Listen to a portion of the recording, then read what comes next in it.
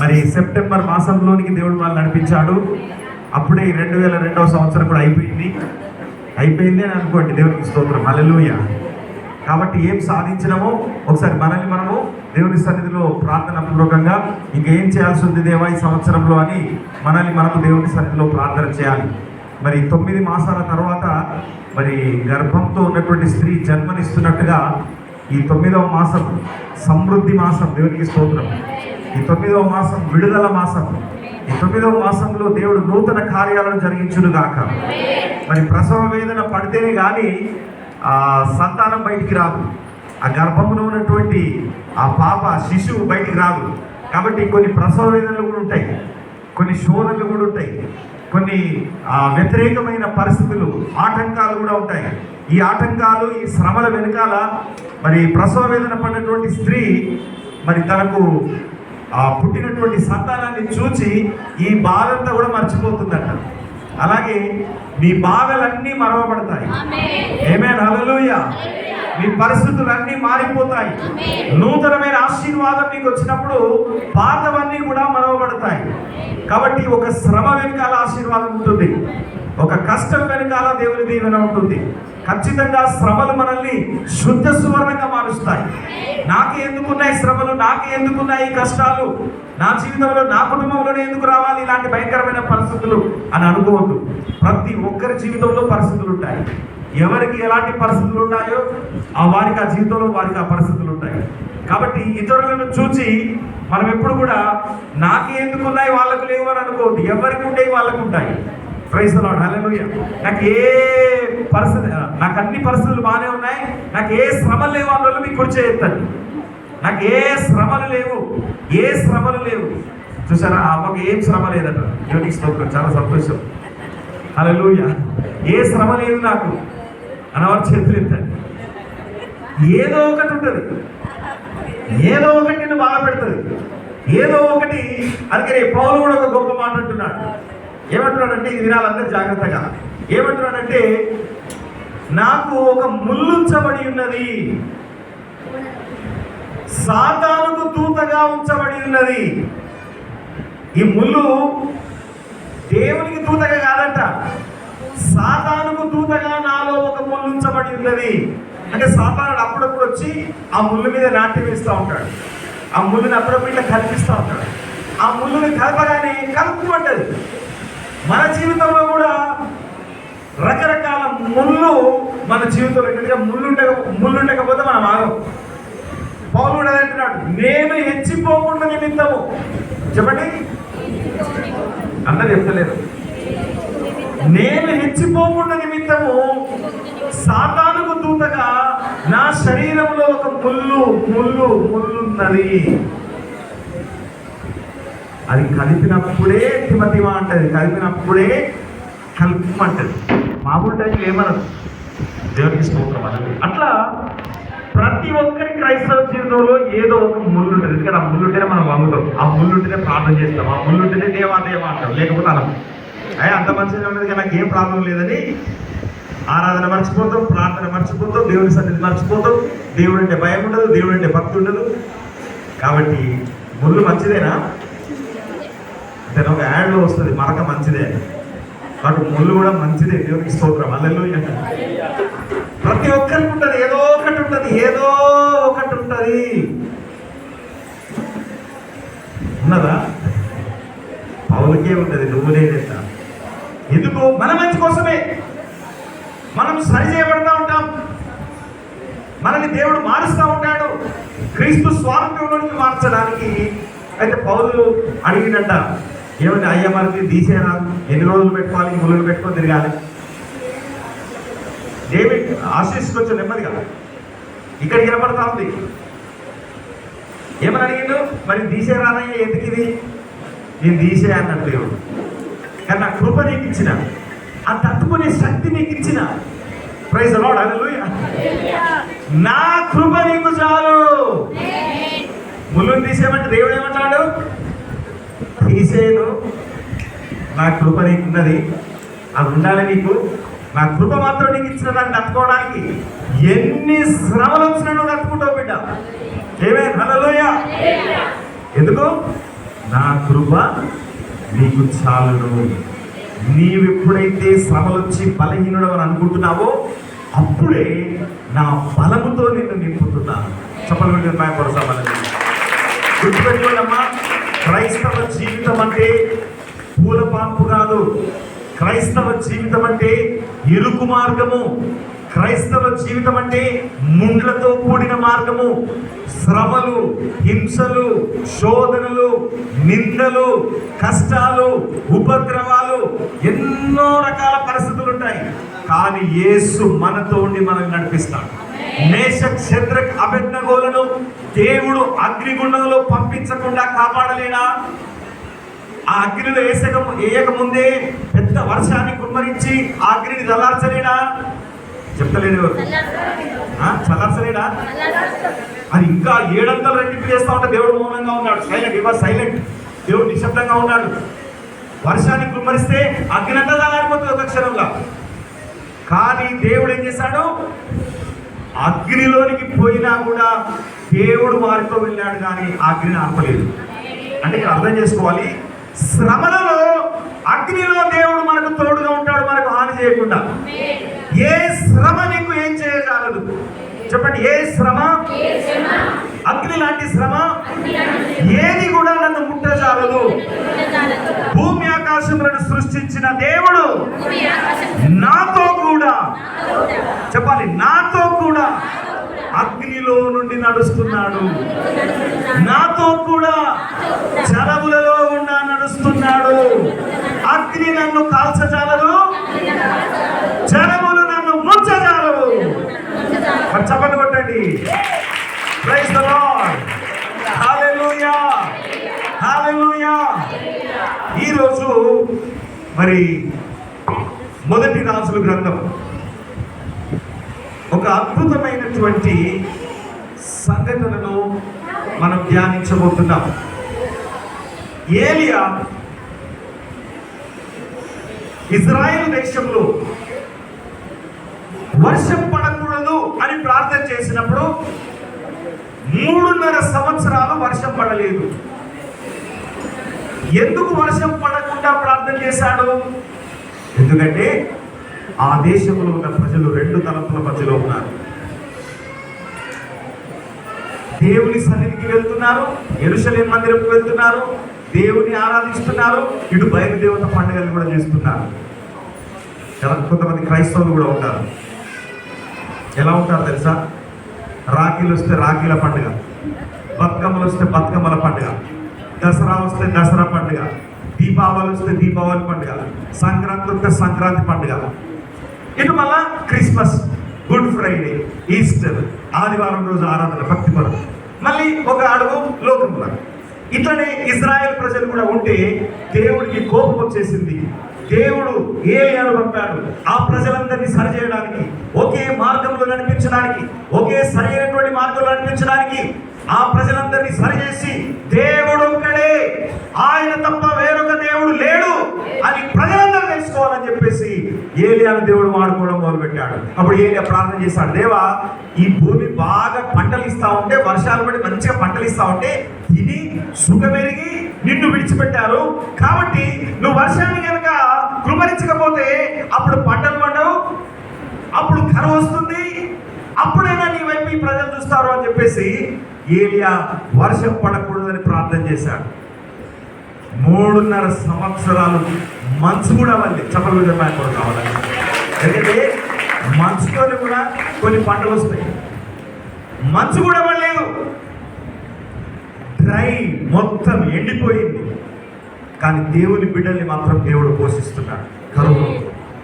కరువులో దేవుల్లో ఉన్నటువంటి వారికి సమృద్ధి ఉంటుంది. ఆమేన్, హల్లెలూయా. కరువు కాలంలో కూడా సమృద్ధి ఉంది. అయితే చివరికి దేవుడు టైం వచ్చేసింది, తను తాను బయలుపరుచుకునే సమయం. ఓబద్యా అనేటువంటి వ్యక్తితో చెబుతున్నాడు, నేను ఈరోజు ఆహాబుని కలవాలి. ఆహాబు రాజు భార్య పేరు యెజబెలు. వినాలి, గుర్తుపెట్టుకోవాలి. ఇటు వినాలి, అందరూ చూడాలి. ఆ దేశాన్ని పరిపాలిస్తున్న రాజు ఆహాబు రాజు భార్య పేరు యెజబెలు. దేశాన్ని పరిపాలించడానికి దేవుడు వారిని అభిషేకించాడు. కానీ వారు ఏం చేశారంటే బయలు ప్రవక్తల్ని పోషిస్తున్నారు. 450 మంది బయలు దేవత ప్రవక్తల్ని పోషిస్తా ఉంది యెజబెలు తల్లి రాణి. కాబట్టి ఈ ఆహాబు రాజు ఏలియా అంటే పడట్లేదు.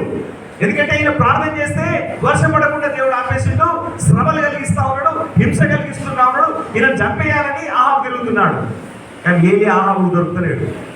ఒకరోజు ఉపాధ్యాయ అనేటువంటి వ్యక్తితో అంటున్నాడు, ఈరోజు నేను ఆహాబుకి కలవాలి అంటే, అయ్యా ఆయన్ని చంపడానికి తిరుగుతుంటే నువ్వు కలుస్తా అంటున్నావంటే, లేదు లేదు లేదు ఈరోజు వచ్చేసింది, ఈరోజు నేరుగా కలవాలి, ఈరోజు తాడో పేడో తెలుసుకోవాలి, దేవుడు ఎవరో అర్థం కావాలి ఈరోజు.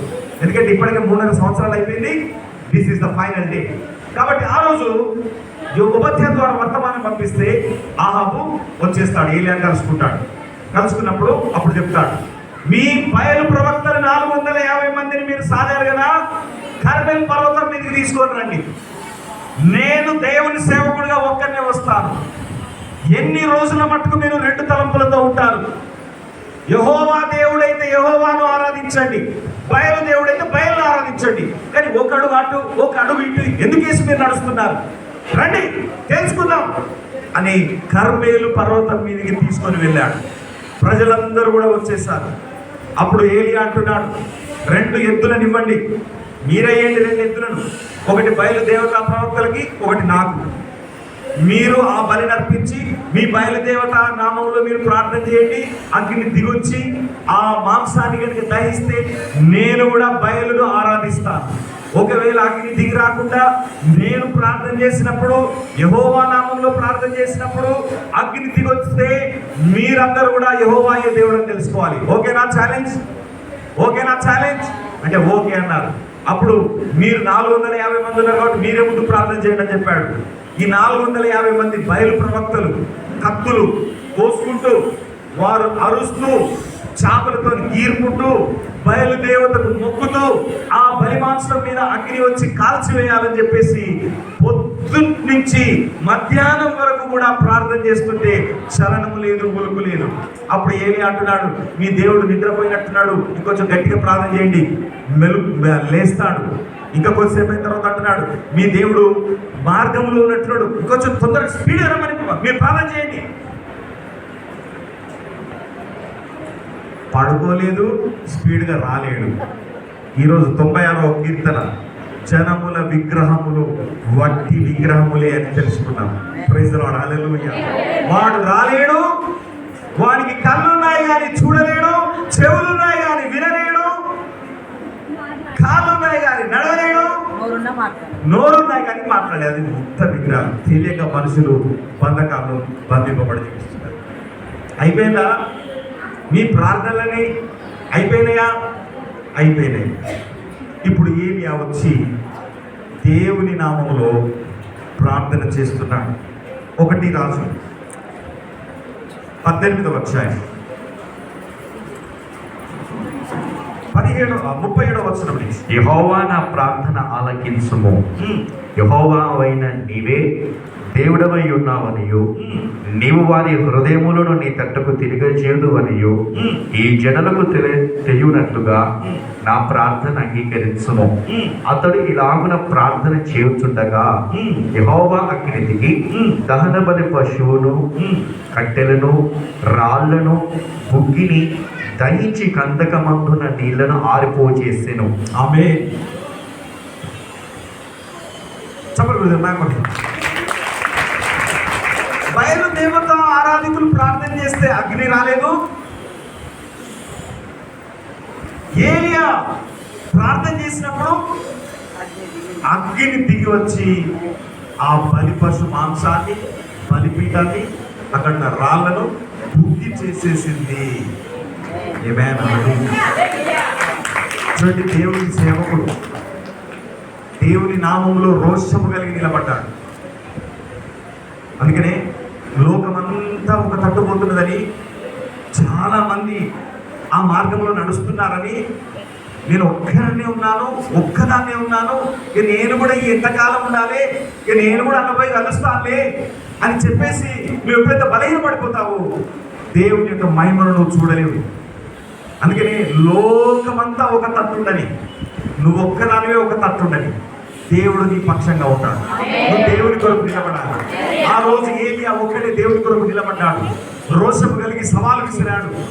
ఎవరు నిజమైన దేవుడు, అగ్ని ఎవరైతే దింపుతారో ఆయన నిజమైన దేవుడు అని చెప్పినప్పుడు వారందరూ కూడా ఆ ఛాలెంజ్ చూసి ఉన్నారు. అక్కడ చూడండి తర్వాత ఏం జరిగిందో 39వ వచనంలో, అంతటా జనులందరూ దాన్ని చూచి సాగిలపడి యెహోవాయే దేవుడు యెహోవాయే దేవుడు యెహోవాయే దేవుడు యెహోవాయే దేవుడు అని కేకలు వేసిరి. చూసారా, తెలిసిపోయిందా దేవుడు ఎవరు? దేవుడు ఎవరు అర్థమైందా? ఒక కార్యము, ఒక అద్భుతము, దేవుడు చేసేటువంటి ఒక మహత్కార్యము, ఆయన ఉన్నాడని నిరూపించుకుంటున్నాడు. నువ్వెప్పుడైతే దేవుని దగ్గరికి వస్తావో ఇమ్మీడియట్ గా దేవుడిని జీవితంలో అద్భుతాలు చేసి తాను బయలుపరచుకుంటాడు. ఎప్పుడైతే తాను బయలుపరచుకోవడం ప్రారంభిస్తాడో వెంటనే ఆ దేవుడిని పూర్తిగా నమ్ముకొని మారుమనసు పొంది బాప్తిస్మం తీసుకొని దేవుడిలో నిల్చుండాలి. అప్పుడు నువ్వు చేసే ప్రతి ప్రార్థనలకి దేవుడు జవాబిస్తూ ఉంటాడు. ఆమేన్, హల్లెలూయా. అయితే ఇక్కడ ఇదంతా మాకు తెలిసిన స్టోరీ కదా. ఏలియా ప్రార్థన చేస్తే అగ్ని వచ్చింది, మాంసం దహించబడ్డది, రాళ్ళు కాల్చినప్పుడు అంత మాకు తెలిసింది. ఇప్పుడు కొత్తగా చెప్తున్నాడు ఏంటంటే మీరు అనుకుంటున్నారు. అయితే ఏలియా ప్రార్థన చేయడానికి ముందు ఒక కార్యం చేశాడు. అది నా అంశం. దేవునికి స్తోత్రం. ఏ కార్యం చేశాడు? 1 రాజుల గ్రంథం 18వ అధ్యాయము 30వ వచనం. ఇది నా అంశం.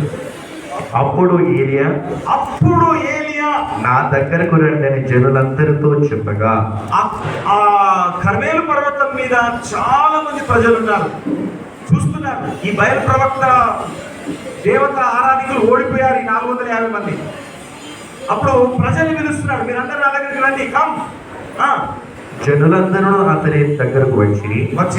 అతడు క్రింద పడద్రోయబడి ఉన్న యెహోవా బలిపీఠమును బాగు చేసి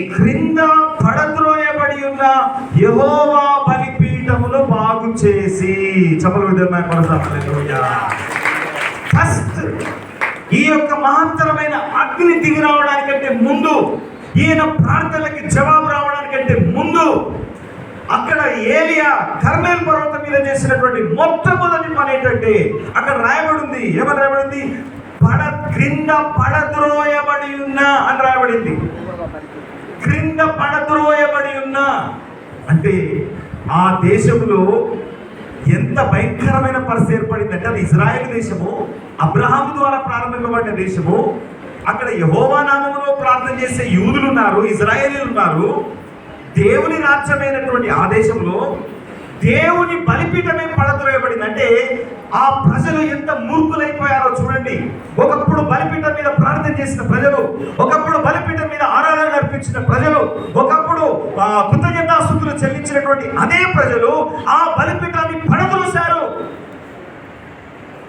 ఆ బలిపీఠాన్ని విరగొట్టేశారు. అయితే ఏలియా వచ్చి ఆ పడద్రోయబడిన, ఇప్పుడు బయట దేశం వాడు కావచ్చు పడద్రోసింది వాళ్ళే, వాళ్ళ బలిపీఠాలు వాళ్ళే కూల్చుకున్నారు, వాళ్ళ బలిపీఠాలు పడిపోయాయి. అయితే ఏలియా వచ్చి చేసింది ఏంటంటే ఫస్ట్ వర్క్, అగ్ని దిగి రావడానికి ముందు పడద్రోయబడిన బలిపీఠమును తిరిగి కట్టాడు. చెప్పబడి దేవుని మహిమను సమానం. ఈరోజు పరిశుద్ధాత్మ దేవుడు ఈ యొక్క వర్తమానం చెప్పమని నాకు బలమైన ప్రేరేపణిస్తున్నాడు. పడద్రోయబడిన యెహోవా బలిపీఠమును బాగు చేసి యెహోవాకు ప్రత్యక్షమై ఈ నామము ఇశ్రాయేలులగునని వాగ్దానమునందున యాకోబు సంతతి గోత్రముల లెక్క చొప్పున 12 రాళ్లను తీసుకొని ఆ రాళ్ల చేత యెహోవా నామమున ఒక బలిపీఠము కట్టించి 12 రాళ్ల చేత యెహోవా నామమున ఒక బలిపీఠము కట్టించి దాని చుట్టూ 2 మానికల గింజలు పట్టునంత లోతుగా కందకం ఒకటి త్రవ్వించి కట్టెలను క్రమముగా పేర్చి ఎత్తును తునుకలుగా కోసి ఆ కట్టెల మీద ఉంచి జనులు చూచుచుండగా మీరు 4 తొట్ల నిండా నీళ్లు నింపి దహనబడే పశు మాంసము మీదను కట్టెల మీదను పోయుడని చెప్పెను. అది అయిన తరువాత రెండవ మారు ఆ ప్రకారమే చేయడని అతడు చెప్పగా వారు రెండవ మారును అలాగూ చేసిరి. మూడవ మారును చేయుడనగా వారు మూడవ మారును చేసిరి. అప్పుడు చాలు, ఓకే. కందకం దోపించాడంట ఆ బలిపీఠం చుట్టూ. ఆ కర్రలను కూడా పేర్చాడు. 12 రాళ్ళు, గుర్తుపెట్టుకోవాలి. 12 రాళ్ళు, ఇజ్రాయేల్ గోత్రాలు 12 రాళ్ళు చెదిరిపోయి ఉన్నాయి. ఆ రాళ్ళన్నింటినీ ఒక దగ్గర కట్టాడు. ఆ రాళ్ళ మీద కర్రలు పేర్చాడు. ఆ రాళ్ళ మీద ఇతనికి ఒక ఎదిరించారు కదా, దాన్ని వధించి ఆ మాంసాన్ని ఆ బలిపీఠం మీద పెట్టారు. ఈ యొక్క బయలు ప్రవక్త వాళ్ళు అనొచ్చు, మీకు తెలియకుండానే దాంట్లో అగ్ని పెట్టిండ్రు అని. అందుకనే ఈ యొక్క అపవాదస్తులు అని చెప్పేసి 3 సార్లు అది మునిగేంతగా నీళ్ళను వైపించింది. దాని మీద కనకం వైపించి అది ఇప్పుడు నీళ్ళలో మునిగి ఉన్నది. ఎందుకంటే దేవుని అగ్ని ముందట ఈ భౌతికమైన నీళ్లు నిల్వజాలం. యాక్చువల్గా అగ్ని వస్తే నీళ్లుంటే అగ్ని చల్లారిపోతుంది. కానీ దేవుని అగ్ని ఆ నీళ్లను కూడా మాడిపోయేలాగా చేసింది. ప్రైజ్ ది లార్డ్, హల్లెలూయా. మామూలుగా నీళ్ళ దగ్గరికి అగ్ని వస్తే ఏమవుతుంది? అగ్ని చల్లారిపోతుంది. ఇది భౌతికమైన అగ్ని అయితే చల్లారిపోవు. పై నుండి దిగి వచ్చిన అగ్ని కాబట్టి ఆ నీళ్లను కూడా దహించేసింది. నీళ్ళు ఏమైపోయినాయట? ఆవిరైపోయింది. కర్రలు ఏమైపోయినాయి? బూడిదైపోయింది. రాళ్ళు ఏమైపోయినాయి? పొడి అయిపోయింది. ఆ మాంసం ఏమైపోయింది? కరిగిపోయింది. దేవుడు ఆర్పణను అంగీకరించాడు. అయితే దానికంటే ముందు పడద్రోయబడిన బలిపీఠాన్ని తిరిగి కట్టాడు. ఈరోజు పరిశుద్ధాత్మ దేవుడు మనతో మాట్లాడుతున్నటువంటి అంశం ఏంటంటే పడద్రోయబడిన బలిపీఠము తిరిగి కట్టబడాలి. ఆ బలిపీఠమే నీ ప్రార్థన జీవితము. ఆ బలిపీఠమే నీ ఆత్మీయ జీవితము. నీ ఆత్మీయ జీవితం ఎక్కడైతే పడిపోయిందో, ఏ విషయాల్లోనైతే నీవు పడిపోయిన స్థితిలో జీవిస్తున్నావో, నీ స్వతహాగా నువ్వు పడిపోవచ్చు. గుర్తుపెట్టుకోండి, ఒక 3 రకాలుగా ఒక మనిషి పడిపోతుంది. స్వతహాగా తన సొంత ఉద్దేశాలతో, సొంత నిర్ణయాలతో నడిచి పడిపోతాడు. రెండవది, అపవాది వచ్చి శోధించి, దయ్యము వాడిని శోధించి వాడిని పడగొడుతుంది. మూడవది, మనుషులు శోధించి, మనుషులు వాడిని ఒత్తిడి తెచ్చి వాడిని పడిపోయేలాగా చేస్తారు. ఈ 3 విషయాల్లో నీ ఎంతటి పడిపోవచ్చు.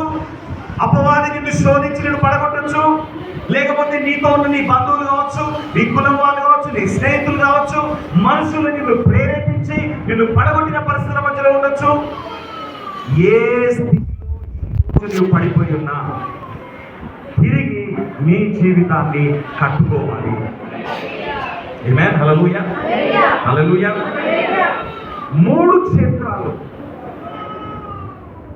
క్షేత్రాల్లో మన జీవితాలను కట్టుకోవాలి. అమ్మ వినాలందరూ జాగ్రత్తగా. మొట్టమొదటిది, మన వ్యక్తిగతమైన జీవితాన్ని, పడిపోయిన జీవితాన్ని తిరిగి కట్టుకోవాలి. పర్సనల్ లైఫ్, వ్యక్తిగతమైనటువంటి జీవితం.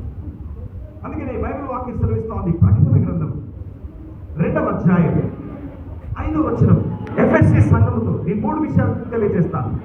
పడిపోయిన 3 విషయాల్లో మనం తిరిగి కట్టబడాలి. నీవు ఏ స్థితిలో నుండి పడితివో,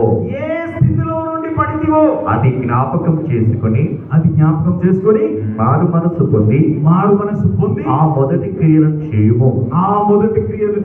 అట్లు చేసి నీవు మారు మనసు పొందితేనే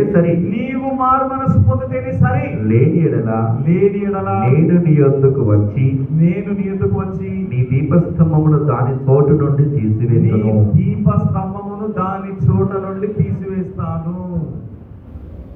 చూసారా, నువ్వు ఏ విషయంలో పడితివో, ఏ విషయంలో నీ జీవితం పడిపోయిందో చెప్పాను. ఎలా పడిపోతారు మనుషులు? వారు తీసుకున్న తమ సొంత నిర్ణయాలు, దురాశలు, శరీరాశలు, నేత్రాశలు, జీవపు డంబం, ఇవి 3 ప్రభావితం చేస్తాయి నీ మీద నీకే. ఇప్పుడు దయ్యం కాదు, ఇంకెవడు కాదు, ఎవరి మీద మనం నింద మోపడానికి వీలేదు. నీ వ్యక్తిగతంగా నీ శరీరాశలు, నీ నేత్రాశలు, జీవపు డంబము నిన్ను ఓవర్టేక్ చేసినప్పుడు, అవి నీ మీద పెత్తనాన్ని సాధించినప్పుడు నువ్వు పడిపోతావు. నీ చూపుల ద్వారా పడిపోతావు, నీ క్రియల ద్వారా పడిపోతావు, నీ మాటల ద్వారా పడిపోతావు, నీ ఆలోచనల ద్వారా పడిపోతావు, దేవుని వాక్యంలో నుండి కింద పడిపోతావు, దేవుని మార్గంలో నుండి పడిపోతావు, దేవుని ఉద్దేశంలో నుండి పడిపోతావు, దేవుని యొక్క ఆలోచన నుంచి పడిపోతావు, దేవుని యొక్క మార్గంలో నుండి దారి తప్పిపోతావు. ఇక నీవు నీ సొంతగా నడవడం ప్రారంభిస్తావు, నీ సొంత ఆలోచనలతో నడవడం ప్రారంభిస్తావు, నీ సొంత ఉద్దేశాలతో నడవడం ప్రారంభిస్తావు. అమ్మ వినాలందరూ జాగ్రత్తగా. అందుకని దేవుడు ఏమంటున్నాడు, నీవు ఏ విషయంలో పడ్డావో, ఏ విషయంలోనూ పడ్డావో, మళ్ళీ చదవండి ఆ మాటను. 2:5 రెవల్యూషన్ 2:5. నీవు ఏ స్థితిలో నుండి పడితివో, ఏ స్థితిలో నుండి నువ్వు పడితివో అది జ్ఞాపకం చేసుకొని మారు మనసు పొంది ఆ మొదటి క్రియలను చేయము. మొదటి క్రియలను చేయు. అట్లు చేసి, చూసారా, ఏ స్థితిలో నుండి నువ్వు పడ్డావు అవి నువ్వు జ్ఞాపకం తెచ్చుకో.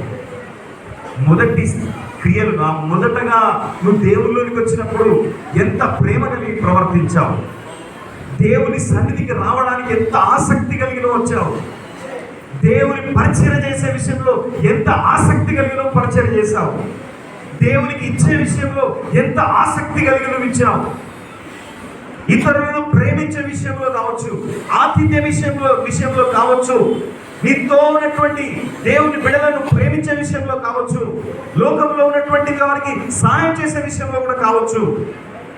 నువ్వు ఏ విషయంలో పడితివో వాటిని జ్ఞాపకం చేసుకో.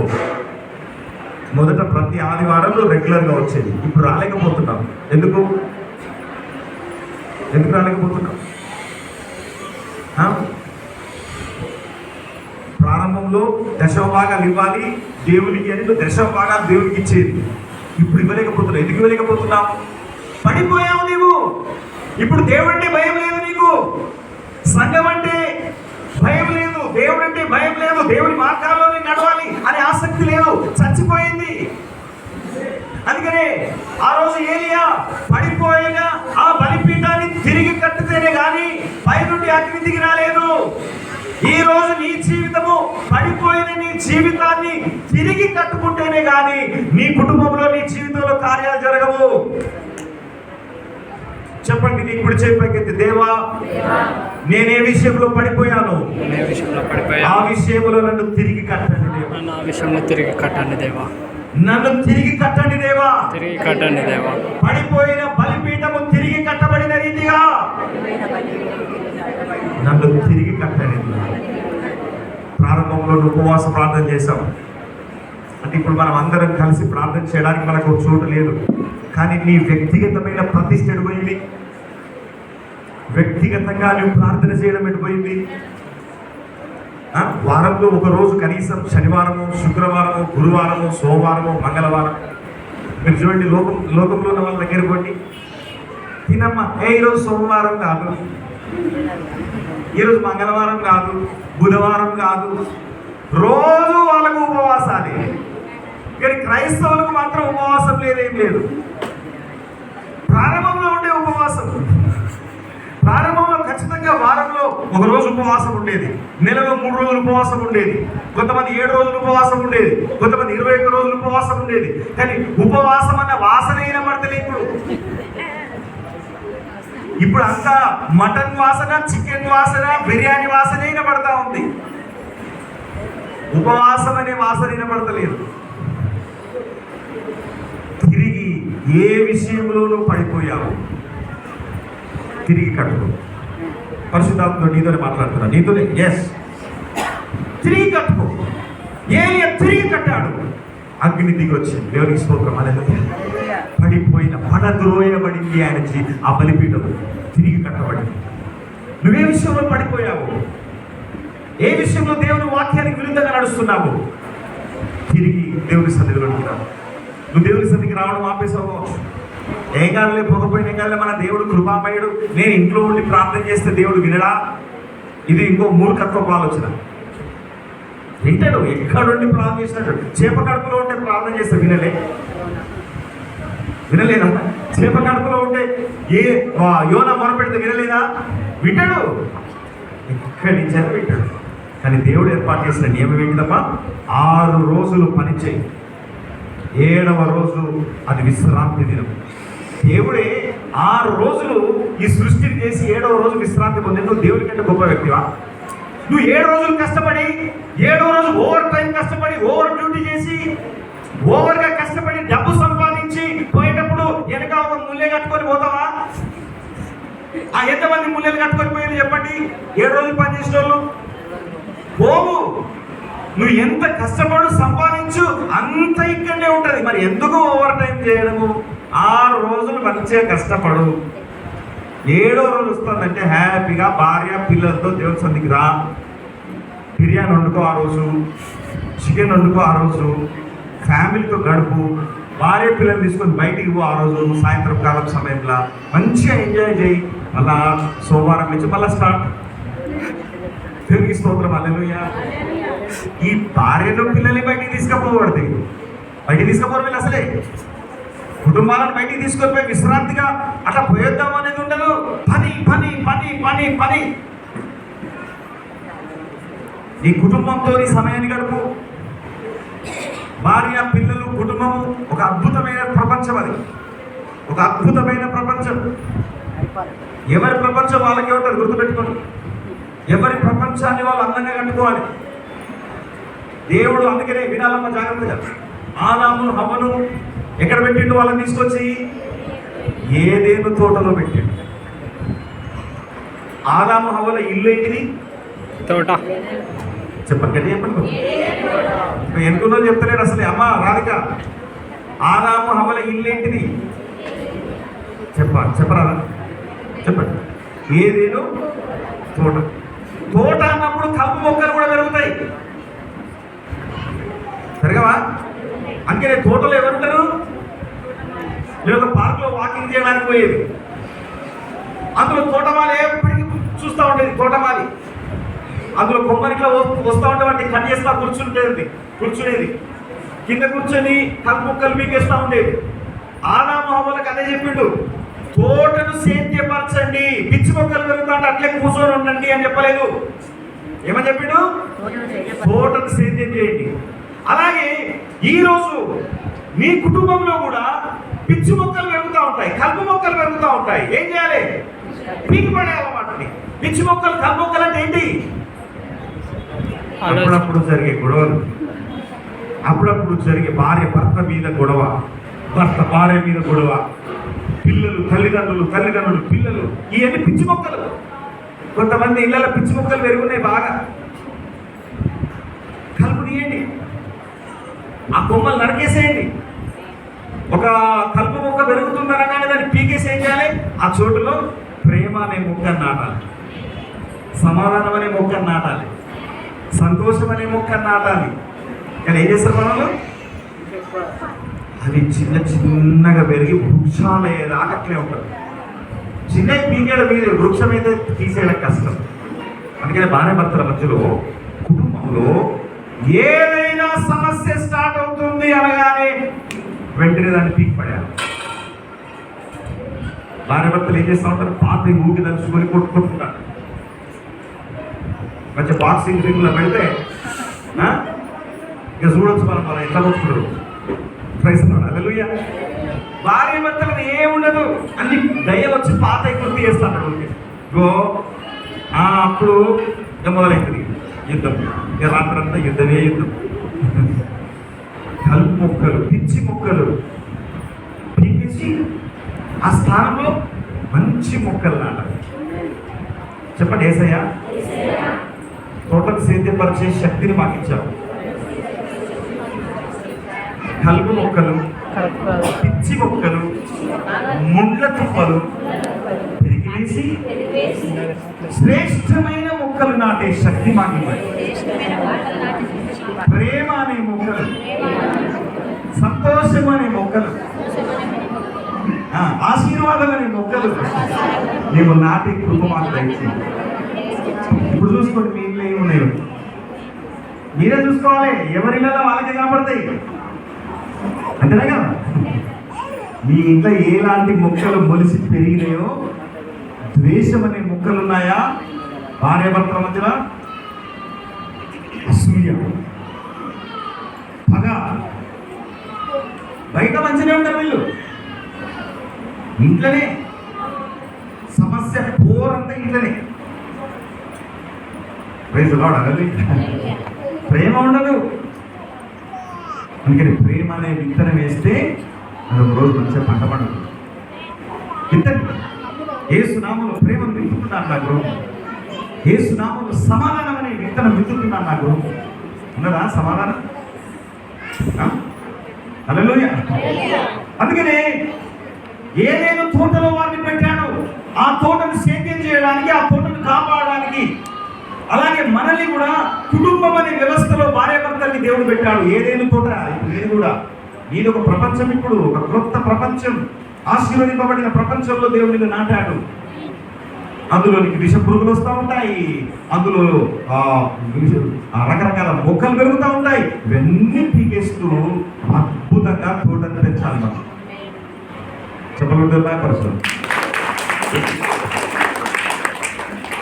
3 క్షేత్రాల్లో మానవుడు పడిపోయి ఉన్నాడు. ఒకటి వ్యక్తిగతమైన జీవితం, పర్సనల్ లైఫ్. చెప్పండి. అందుకనే ప్రకటన గ్రంథంలో నీవు ఏ స్థితిలో నుండి పడితివో, ఇట్స్ అ పర్సనల్ వార్నింగ్. నీవు అని అంటున్నాడు. నీవు ఏ స్థితిలో నుండి పడితివో ఆ స్థితిని జ్ఞాపకం తెచ్చుకొని మారు మనసు పొంది ఆ మొదటి క్రియలను తిరిగి వచ్చాయి. ముందు మంచివాడివే, ముందు బాగానే ప్రారంభించావు, నీ ప్రారంభం బాగానే ఉంది. కానీ మధ్యలోనికి పోయిన తర్వాత ఇప్పుడు తెలివి ఎక్కువైపోయింది, జ్ఞానం ఎక్కువైపోయింది. ఇప్పుడు మధ్యలోనికి పోయిన తర్వాత ఆశీర్వాదాలు వచ్చేసాయి. మధ్యలోనికి పోయిన తర్వాత ఇక నాకు ఎవరి భయం అవసరం లేదు. నువ్వు మధ్యలోనికి పోయిన తర్వాత ఎవరు నాకు చెప్పాల్సిన అవసరం లేదు, నాకు అన్ని తెలిసిపోయి నాకు అన్ని వచ్చేసినాయి.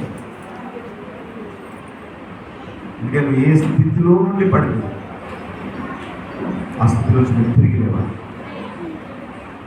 కొంతమంది ఏదో ఎక్కడో ఒక దగ్గర ప్రత్యేకమైన సభలు, ప్రత్యేకమైన మీటింగ్ ఉన్నది అని అంటే అది పోతే బాగానే ఉంటుంది అప్పుడప్పుడు. కానీ కొంతమంది ఏం చేస్తూ ఉన్నారు తెలుసా, ఇక్కడికి ఆరాధనకు వస్తూ ఉన్నారు, మళ్ళీ వేరే చర్చలో పోతా ఉన్నారు. ఇక్కడికి వచ్చి మా ఆత్మీయ తండ్రి, మా ఆత్మీయ తల్లి అంటున్నారు. మళ్ళీ ఇక్కడ చర్చలోకి వెళ్తున్నారు. ఇక్కడ వాక్యం లేకపోతే, ఇక్కడ ఆరాధన లేకపోతే, ఇక్కడ స్వస్థత లేకపోతే, ఇక్కడ విడుదల లేకపోతే నువ్వు పోయినావు అంటే నువ్వు అర్థం. అన్ని సమృద్ధిగా పెట్టుకొని మీరు వేరే దగ్గరికి పోతే నా తల తీసేస్తున్నారు మీరు. వాళ్ళ సంఘంలో వాక్యం లేదు అందుకే నా దగ్గరికి వస్తున్నాడు ఆ పాస్టర్ అనుకుంటాను మిమ్మల్ని చూసి. అంటే మీరు నన్ను అపహాస్యం చేస్తున్నారు ఇతర సేవకుల దగ్గర. సంఘాన్ని కూడా మీరు అపహాస్యం చేస్తున్నారు. ఇంకోసారి మీరు అటుపోయినాం, ఇడు పోయినాం, బెల్లంపల్లి పోయినాం, పాల దగ్గర పోయినాం, కర్రాపురం పోయినాం, అటువంటి మీరు స్థిరంగా ఉంటే స్థిరంగా దేవుని మందిరంలో నాటపడండి. అవసరం లేదు ఇక్కడ పోవడం. మీరు ఇక్కడ పోవడం వల్ల ఆ పాస్టర్ల ముందు నేను తక్కువ వాడిగా మీరు చేస్తున్నారు. వాళ్ళ చర్చలో వాక్యం లేదు కావచ్చు, వాళ్ళ చర్చలో విడుదల లేదు కావచ్చు, వాళ్ళ చర్చలో ఏదో లేనట్టు అందుకనే ఇక్కడికి వచ్చింది వీళ్ళు అనే అవకాశాన్ని మీరు ఇస్తున్నారు. అవునా కదా? అందుకని ఏ విషయంలో దారి తప్పిపోయి తిరుగుతున్నారో అది సరి చేసుకోండి. ఆమేన్, హల్లెలూయా. ఏ విషయంలో పడిపోయావో ఆ విషయంలో నువ్వు సరి చేసుకో. ప్రతి ఒక్కరికి పరిశుద్ధాత్మతో మాట్లాడు. రెండవది ఆమోస్ 9:11 రాసుకోండి.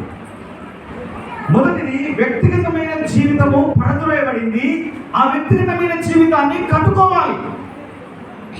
మొదటిది చెప్పండి, అందరిపండి, వ్యక్తిగతమైన జీవితం, పర్సనల్ లైఫ్. ఎవరిని వాళ్ళే, భార్య జీవితం భార్య, భర్త జీవితం భర్త, కొడుకు జీవితం కొడుకు, బిడ్డ జీవితం బిడ్డ. Everyone is accountable before God. ప్రతి ఒక్కరూ వారి వారి జీవితానికి దేవుని ముందు లెక్కప్ప చెప్పాలి. మా నాన్న ప్రార్థన చేస్తాడు, మా అమ్మ ప్రార్థన చేస్తా అంటే నచ్చలేగా. ప్రతి ఒక్కరు వారు దేవునితో బలమైన రిలేషన్షిప్ కలిగి ఉండాలి. ఆమె చెప్పడం ప్రతి ఒక్కరు. మా పిల్లలకి ఇప్పుడేం తెలుసుకున్నారు, వాళ్ళు కొంచెం పెరిగినాక వాళ్ళు నేర్చుకుంటారు అనొద్దు. బాల్యము నుండే వాళ్ళు ప్రార్థన చేయాలి. బాల్యము నుండే దేవుని వాక్యములు నడవాలి. బాల్యం నుండే వారు దేవుని అడుగుజాడలలో వారు నడుచుకోవాలి. ఆమేన్, హల్లెలూయా. ఎందుకంటే ఎవరి జీవితం వాళ్ళది. అందుకే చూడండి, లోతు ఆ రోజు అగ్నితో నాశనం చేయడానికి దేవదూతలు వచ్చి వారికి ఏమని చెప్పారు? లోతు, నీవు కనుక ఈ అగ్నిలోంచి తప్పింపబడాలంటే మీరు వెనుకకు తిరిగి చూడకుండా ఆ కనబడుతున్న పర్వతం మీదకి పారిపోవాలి. అగ్ని ఎప్పుడైనా దిగిరావచ్చు, పారిపోవాలి. చూడండి, లోతు తన భార్యను తీసుకున్నాడు, తన ఇద్దరు కుమార్తెలను తీసుకున్నాడు. ఇక పరిగెడుతున్నారు. లోతు భార్య వెనుకకు తిరిగి చూడగానే ఉప్పు స్తంభంగా మారిపోయి చచ్చిపోయిందా అందులో. లోతు తన ఇద్దరు కుమార్తెలు ఆ పర్వతం మీద పారిపోయి వాళ్ళు ప్రాణాలను దక్కించుకున్నారు. కాబట్టి రక్షణ వ్యక్తిగతం. ఎవరి రక్షణను వాళ్ళు కాపాడుకోవాలి, ఎవరి విశ్వాస జీవితాన్ని వారు కాపాడుకోవాలి. అందుకని పౌలు ఎంత గొప్ప స్టేట్మెంట్ ఇస్తున్నాడు? మంచి పోరాటము మా అమ్మ పోరాడింది, మంచి పోరాటము మా పాస్టర్ పోరాడిండు అనలేడు. ఏమన్నాడు? అందరూ ఇవ్వాలి. నేను మంచి పోరాటము చెప్పండి గట్టిగా, పోరాడింది. ఇంకేమన్నాడు? మన ఆయన బాగా పరిగెత్తిండు. మా విశ్వాసం, సంఘంలో ఉన్న విశ్వాసులు బాగా పరిగెత్తుతారు అన్నాడా? ఏమన్నాడు? నా పరువు నేను కడముట్టించింది. చెప్పండి అందరూ ఇవ్వండి. మూడవది ఏమన్నాడు? నా విశ్వాసం. విశ్వాసం అనేది పక్క వాళ్ళకు ఆ కొలబద్ద కొలిస్తే 100కు 100 ఉండొచ్చు. ఆయనంత మాత్రాన 1% కూడా నీ లోపలికి రాదు. నీ విశ్వాసాన్ని నువ్వే అభివృద్ధి చేసుకోవాలి. నీ విశ్వాసాన్ని నీవే కాపాడుకోవాలి. నీ విశ్వాసమే నిన్ను కాపాడుతుంది. నీ భర్తకు లేదని బాధపడద్దు, నీ విశ్వాసం నిన్ను రక్షించుతుంది. నీ భార్యకు లేదని బాధపడద్దు, నీ విశ్వాసం నిన్ను కాపాడుతుంది. ఎవరి విశ్వాసం వారిని కాపాడుతుంది. చూడండి, లోతు విశ్వాసం, లోతు కుమార్తెల విశ్వాసం వారిని కాపాడింది. దేవుడు చెప్పిన మాటకు లోబడి వారు పరిగెత్తారు. కానీ లోతు భార్యకు ఆ విశ్వాసం లేదు. చుట్టూ విశ్వాసమే ఉన్నారు, కానీ ఆమెకు లేకుండా అయిపోయింది. ఆమె విశ్వాసం 0 ఉంది. అందుకని వెనుక తిరిగి చూసింది. చూసిన క్షణంలోనే ఉప్పు స్తంభం అయిపోయింది. వ్యక్తిగతమైన జీవితాన్ని విశ్వాసంలో మనం ముందు వెళ్ళిపోవాలి. రెండవది ఆమోసు 9:11. 9:11. పడిపోయిన దావీదు గుడారమును ఆ దినమున నేను లేవనెత్తి దాని గోడను బాగు చేసి దాని పోయిన చోట్లను బాగు చేసి ఏదోము శేషమును నా నామము ధరించిన అన్యజనులందరినీ నా జనులు స్వతంత్రించుకున్నట్లు పూర్వపు రీతిగా దానిని మరలా కట్టుదును. ఇలాగు జరిగించు యెహోవా వాక్కు ఇదే.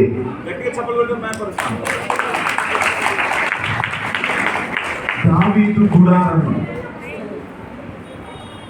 అంటే ఇల్లు, దావీదు ఇల్లు. పడిపోయిన దావీదు గుడారమును నేను తిరిగి కడతాను. ఈరోజు కుటుంబ వ్యవస్థ పడిపోయిన స్థితిలో ఉంది. కుటుంబ వ్యవస్థ బీటలు మారిపోయి ఉన్నాయి. కుటుంబాలు ఐక్యతతో సమాధానంతో ఉండట్లేదు. ఇంతకుముందు నేను చెప్పాను, మనల్ని దేవుడు ఎక్కడ పెట్టాడు? ఆదాము వల్లే కాదు, తోటలో పెట్టింది మనల్ని కూడా. తోట అంటేనే అందంగా ఉంటుంది. తోట అంటేనే అన్ని చక్కగా కత్తిరింపబడి ఉంటాయి. పిచ్చి మొక్కలు ఉండవు, ఫలాలు, పువ్వులు, చక్కని దారులు, చక్కని చెట్లు, ఒక క్రమము. అడవి ఎలా ఉంటుంది చెప్పండి? అడవి ఎలా ఉంటుంది? తోట ఎలా ఉంటుంది? ఎప్పుడైనా చూసిన అడవిని? మొన్న మనము బయటికి పోయినా కొంచెం పక్కకు అట్టడి పోతే అడివే. మీరు అట్టడి పోయేస్తే అయిపోవచ్చు. అడవి ఎట్లుంటుందంటే అడ్డం దొడ్డం పెరుగుతాయి చెట్లు. వాడు పడుకొని పెరుగుతుంది, వాడు నిలబడి పెరుగుతుంది, వాడు అడ్డం పెరుగుతుంది. ఇట్లా పెరుగుతా అన్నది అది. వాడు ఇట్లా పోయి మళ్ళీ ఇట్లా పోయి మళ్ళీ ఇట్లా పెరుగుతుంది అది. అయితే పడిపోయిన దావీదు గుడారమును నేను తిరిగి కట్టెదను. అంటే రెండవది కుటుంబ వ్యవస్థ. పడిపోయిన గుడారం, ఈ కుటుంబ వ్యవస్థ పడిపోయిందన్న. ఈరోజు భార్య, భర్త, పిల్లలు ఒక కుటుంబం. అందుకని యెహోవా ఇల్లు కట్టించని యెడల ఇల్లు కట్టువాని ప్రయాస వ్యర్థము అని చెప్తా ఉంది దేవుని యొక్క వాక్యం. అని చెబుతూ 128వ కీర్తన వచ్చేసరికి ఆ ఇంటికి వాగ్దానాలు ఇస్తున్నాడు. దేవుని చేత ఏర్పాటు చేయబడిన కుటుంబానికి చక్కని వాగ్దానాలు ఇస్తున్నాడు. నీ భార్య ఫలించు ద్రాక్షవల్లి వలె ఉంటుంది నీ ఇంట్లో. నీ భోజన బల్ల చుట్టూ నీ పిల్లలు ఒలీవ మొక్కల వలె చక్కగా ఎదుగుతారు. ఆమేన్. నిశ్చయముగా నీ చేతుల కష్టాన్ని అనుభవిస్తావు. దీర్ఘాయువు నీ పిల్లల తరాలను చూస్తావు. ఈరోజు పడిపోయిన దావీదు గుడారాలు తిరిగి కట్టబడాలి. పడిపోయిన కుటుంబాలు తిరిగి కట్టబడాలి. పడిపోయిన సంబంధాలు తిరిగి నిర్మింపబడాలి. భార్య భర్తల మధ్యలో ఉన్న అసమాధానాలు తొలగిపోవాలి. నేను చెబుతున్నాను కదా, అసమాధానం అనేది ఉంటే, ఈర్ష్య, ద్వేషం, పగ, కక్ష, కోపం అనేది ఉంటే ఆ పిచ్చి మొక్కలన్నింటినీ పీకేసి ప్రేమ అనే విత్తనాలు నాటండి. భార్య భర్తలు ప్రేమ కలిగి నడుచుకోండి, సమాధానం కలిగి నడుచుకోండి. కుటుంబంలో పిల్లలు తల్లిదండ్రుల మాటకు లోబడండి. తల్లిదండ్రులను ఇష్టం వచ్చినట్టుగా మాట్లాడకూడదు. తల్లిదండ్రులను కొంతమంది పిల్లలు వీళ్ళు చిన్నపిల్లలుగా ఉండి పెరిగి పెద్దవారైన తర్వాత ఏమైతారో కొంచెం బలం వస్తుంది, ఆ కండలు కనపడతాయి, మళ్ళీ జిమ్లో పోతాడు, ఎక్సర్సైజ్ చేస్తాడు, ఇట్లా కండలు తిరిగి ఉంటాయి. తెలిసిన నాయకుడు కూర్చో, నాకు ఇప్పకు, జరుగును, నాకు ఎందుకు చెప్తాను. ఇది ఎవరు? ఇప్పుడు జిమ్ముకు పోయి కండలు వచ్చిన తర్వాత అందరి బైబిల్ చెప్తా ఉంది, తల్లిదండ్రులను ఎవరైతే దూషిస్తారో వాని కన్నులను లోయ కాకులు మిగుతాయి, వాని దీపం మధ్యలోనే ఆరిపోతుందంట. గుర్తుపెట్టుకోండి. అందుకే చూడండి, వరంగల్లో ఎన్ని యాక్సిడెంట్ జరుగుతున్నాయి. ఎప్పుడైనా గ్రహించారమ్మా మీరు? ఎన్ని యాక్సిడెంట్ జరిగి పిల్లలు ఎట్లా చచ్చిపోతున్నారు? ఎవరి పిల్లలే. మొన్న ఉరుసుకుంట దగ్గర ఆయన ఢిల్లీ పబ్లిక్ స్కూల్లో టీచర్గా చేస్తాడు. ఆ అబ్బాయి పెళ్లి కూడా కాలేదు.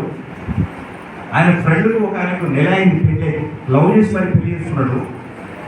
రోడ్డు మీద వీళ్ళు మధ్యరాత్రి 11 గంటలకి బయట కూర్చొని ముచ్చట్లు పెడుతున్నారు. ఎన్ని గంటలకి? 11 గంటలకు ఎక్కడ ఉండాలి నువ్వు? యవనస్తులు ఎక్కడ ఉండాలి? 11 గంటలకు రోడ్ల మీద. 8, 9 అయిందంటే నీ గూడు నీకు తెలుసలేదా? నీ గూట్లో నువ్వు వెళ్ళిపోవాలి కదా.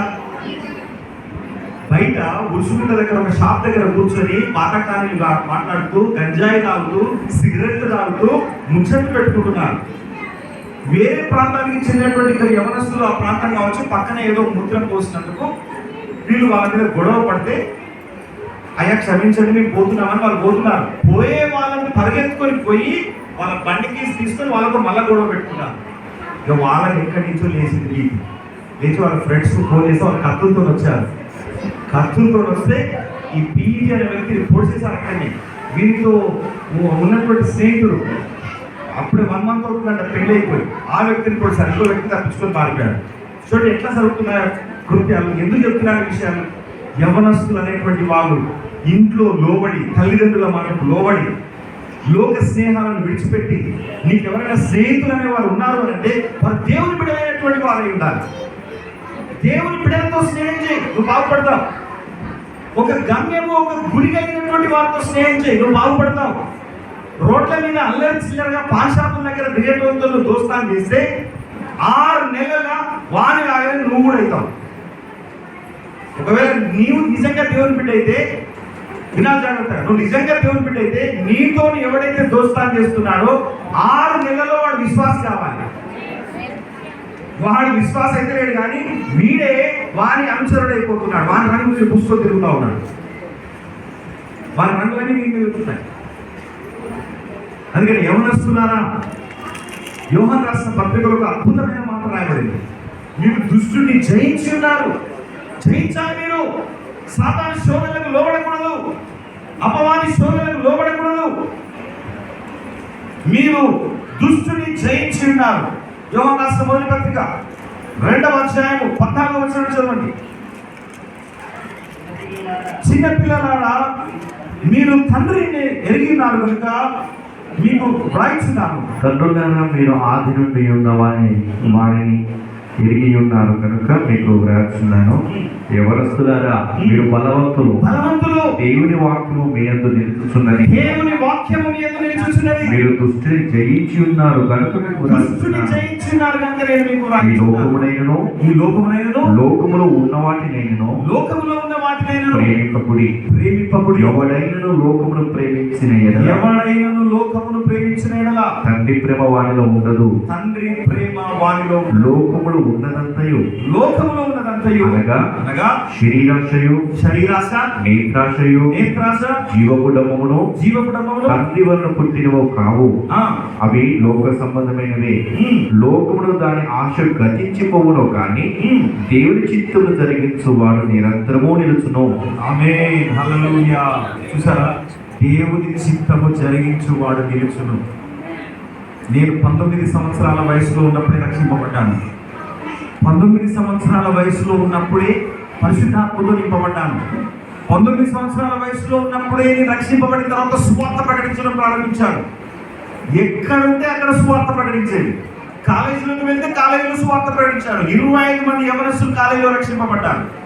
అనేక ప్రాంతాల్లో సువార్త విత్తనాలను వెదజల్లాము. అనేక ప్రాంతాల్లో సంఘాలు కట్టబడ్డాయి. యవనస్తులు బలవంతులు అంటున్నాడు. దేవుని వాక్యం మీలో ఉన్నది, మీరు దుష్టుని జయించున్నారు అనే అలలు. కాబట్టి లోకమునైనను దానిలో ఉన్న వాటినైనను మీరు ప్రేమించండి. యాకోబు రాసిన పత్రిక 4వ అధ్యాయంలో చూడండి, 4వ వచనం. జేమ్స్ 4:4, యాకోబు 4:4. వ్యభిచారులారా, ఈ లోక స్నేహము దేవుడితో వాయిదమని మీరు ఎరుగరా? ఈ లోక స్నేహము దేవునితో వైరము. The friendship of this world is an enmity between you and God. నీకు దేవునికి శత్రుత్వము. లోక స్నేహము దేవునితో వైరము. కాబట్టి ఎవడు ఈ లోకంతో స్నేహం చేయగోరునో వాడు దేవునికి శత్రువగును. అర్థమైన మరోసారి చదువు, అర్థమైనట్టు. కాబట్టి ఎవడు ఈ లోకముతో స్నేహం చేయగోరునో వాడు దేవునికి శత్రువగును. గుర్తుపెట్టుకోండి, అందరూ గుర్తుపెట్టుకోండి. లోకానుసారమైన జీవిత విధానం, లోకానుసారమైన స్నేహం దేవునికే నిన్ను శత్రువుగా మార్చేస్తాము. యేసు ప్రభు దగ్గరికి రాకముందు మనం ఒకప్పుడు శత్రువులమే. దేవుని దృష్టిలో మనం శత్రువులమే. కానీ దేవుడు తన కృప ద్వారా మనల్ని రక్షించాడు. తన కృప ద్వారా దేవుడు మనల్ని తీసుకొని వెళ్తున్నాడు. తిరిగి మళ్ళీ నువ్వు దేవుని శత్రువుగా మారితే ఎలా ఉంటుంది? అందుకని లోకమునైనను దానిలో ఉన్న వాటినైనా ప్రేమించడం. లోక స్నేహము దేవునితో వైరం. ఎవడైనా లోకమును ప్రేమించిన ఎడల వాడు దేవునికి శత్రువు. అందుకని దేవుడు అంటున్నాడు, ఈరోజు కుటుంబంలో యవనస్తులు ఎలా ఉంటున్నారు? కుటుంబంలో యవనరాలు ఎలా ఉంటున్నారు? కుటుంబంలో తల్లులు, తండ్రులు, కుటుంబ వ్యవస్థ ఎలా ఉంటుంది? నిబంధన క్రైస్తవ సహవాసంలో ఉన్న కుటుంబాలు ఎలా ఉంటున్నాయి? నేను భాషతో మాట్లాడుతున్నాను, ప్రార్థన చేస్తున్నాను, నేను సేవ చేస్తున్నాను, నేను దేవునికి ఎన్నో ఇస్తున్నాను, ఓకే మంచిదే. కానీ నీ కుటుంబ వ్యవస్థ ఎలా ఉంది? అమ్మా, ఎలా ఉంది నీ కుటుంబం ఈరోజు? అదే దేవుడు ఈరోజు నీకో వాగ్దానం ఇస్తున్నాడు. పడిపోయిన దావీదు గుడారాన్ని నేను తిరిగి కడతాను. నీ కుటుంబ వ్యవస్థను దేవుడు తిరిగి కడతాడు. భార్య భర్తల మధ్యలో ప్రేమను దేవుడు చిగురింపజేస్తాడు. మీ పిల్లల మధ్యలో నీకు ఉన్నటువంటి అసమాధానాన్ని దేవుడు తీసేస్తాడు. కుటుంబం ఒక ఐక్యత కలిగిన కుటుంబముగా, కుటుంబం ఒక ఆశీర్వాదం కలిగిన కుటుంబముగా, కుటుంబం ఒక మాదిరి కలిగిన కుటుంబముగా యేసు నామములో ఉండదుగాక. హల్లెలూయా. నీ భోజన బల్ల చుట్టూ నీ పిల్లలు ఒలివ మొక్కల వలె ఉండునుగాక. నీ లోగిన నీ భార్య ఫలించు ద్రాక్ష వలె ఉండునుగాక. యజమానులకు దేవుడు చెప్తున్నాడు, నిశ్చయముగా నీ చేతుల కష్టార్జితాన్ని నువ్వు అనుభవిస్తావు. నీ చేతి కష్టం మీద దేవుని ఆశీర్వాదం తెలుస్తుంది. నీ చేతుల కష్టం వ్యర్థం పోదు. నీ చేతుల కష్టార్జితం నువ్వు అనుభవిస్తావు. ఏమైనా అందుకని మన చేతుల కష్టాజితంలో నుండి వచ్చే సంపాదనలో నుంచి 10వ భాగాన్ని మనం దేవుని సన్నిధిలో గుర్తిస్తున్నప్పుడు మన చేతుల కష్టాజితాన్ని మనం అనుభవిస్తాం. లేకపోతే ఎవరు అనుభవిస్తారో తెలుసా? సాతాను. డాక్టర్ గారు అనుభవిస్తారు. రాణి ఫస్ట్ వర్షాలు ఎవరు? ప్రైజ్ లార్డ్, హల్లెలూయా. ఒక ఆయన అంటాడు జోక్ గారు, దేవునికి కోపం వస్తే డాక్టర్ దగ్గరికి పంపిస్తున్నాడు. దేవునికి కోపం వస్తే డాక్టర్ దగ్గరికి పంపిస్తాడంట, డాక్టర్కి కోపం వస్తే దేవుని దగ్గర పంపిస్తాడంట. డాక్టర్కి కోపం వస్తే దేవుని దగ్గర పంపిస్తాడంట. దేవునికి స్తోత్రం, హల్లెలూయా. కాబట్టి దేవునికి కోపం రానివ్వకండి, దేవునికి శత్రువులుగా ఉండకండి. యవనస్తులారా, దేవుని వాక్యం మీలో నిలుచుచున్నది కనుక మీరు బలవంతులు. ఆమేన్, హల్లెలూయా. దుష్టుని మీరు జయించి ఉన్నారు. బలవంతులు అంటే ఈ భౌతికమైన కండలు కాదు, ఆత్మలో బలవంతులు. దేవునికి స్తోత్రం, హల్లెలూయా. భౌతికంగా కూడా మనం బలంగా ఉండాలి, కానీ ఈ భౌతిక బలం గురించి చెప్తలేడు అక్కడ. ఆత్మలో మీరు బలవంతులు. మీరు మన మధ్యలో యవనస్తులు అడుగుతున్నాను, మీ అంతటా మీరుగా మీ తల్లిదండ్రులు చెప్పక ముందే ప్రార్థన చేసే యవనస్తులు ఎవరు ఉన్నారు ఇక్కడ చర్చిలో ఉన్న యవనస్తులను అడుగుతున్నాను, మీ తల్లిదండ్రులు చెప్పక ముందే బైబిల్ చదివేవారు, మీ తల్లిదండ్రులు చెప్పక ముందే ప్రార్థన చేసేవారు ఎవరైనా ఉంటే చేతులు ఎత్తండి. అక్కడ ఇక్కడ ఇద్దరే ఉన్నారు, ముగ్గురే ఉన్నారు. నీ యవనస్తురాలు కాదు, నువ్వు తల్లివి. అక్కడ మరి మిగతా వాళ్ళు లేరా ఇంకో గణసే పట్టుకుంటాను, ఇప్పుడే లేపుతాను, కాలేజ్ పోయి అలసిపోయింది నేను. చూడండి, ప్రార్థన పట్ల ఆసక్తి. నేను 19 సంవత్సరాల ప్రాయంలోనే కాలేజీలో పోతున్న సమయంలో రక్షింపబడి, నా ద్వారా రక్షింపబడ్డ వాళ్ళని ఏం చేసేది తెలుసా? పక్కనే ఒక గుహ ఉంటే అందరూ నా గుహకు తోలి ప్రార్థన చేయించేది. ఈ నిలువు మోకాల మీద 3-4 గంటలు వచ్చేది వాళ్ళకు. నిలువు మోకాల మీద ఎవరు మరి ఇక్కడ కూర్చోదు అసలు స్ట్రైట్. నిజంగా వారు ఈ రోజు గొప్ప ఆశీర్వాదంతో ఉన్నారు. యవన ప్రాయంలోనే దేవుని కొరకు మనము, అందుకని దేవుడు ఒక గొప్ప మాట అన్నాడు, యవన ప్రాయముల కాడి మోయిట నరునికి మేలు.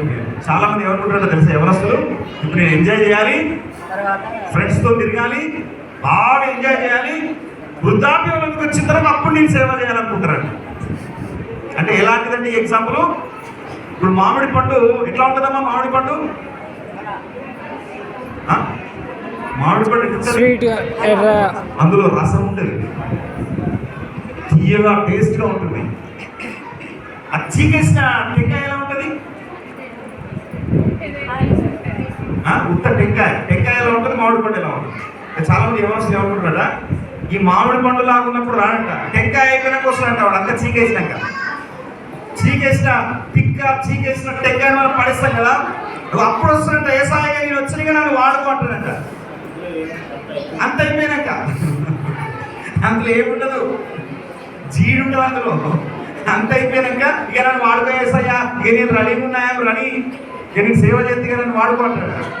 నీ యవన ప్రాయం అంతా వ్యర్థపరిచి అంతా అయిపోయిన తర్వాత సాతానుడు అంతా పీల్చేసిండు నీ జీవితాన్ని.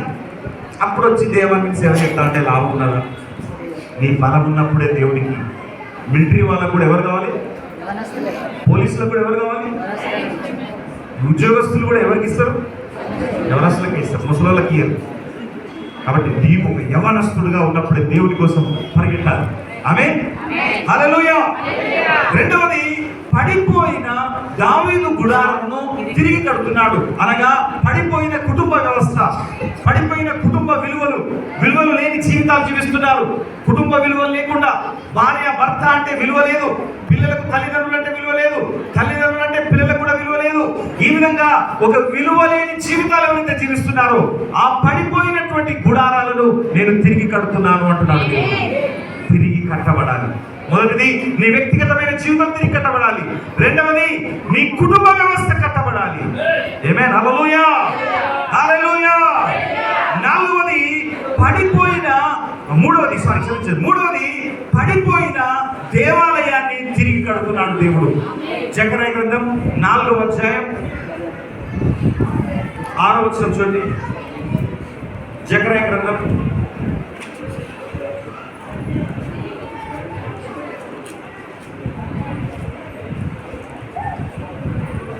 దొరకతలే. జకర్యా నేను ముగిస్తాను. 4వ అధ్యాయం జకర్యా గ్రంథం ఎక్కడ ఉంటుందంటే మలాకి ముందు పుస్తకం.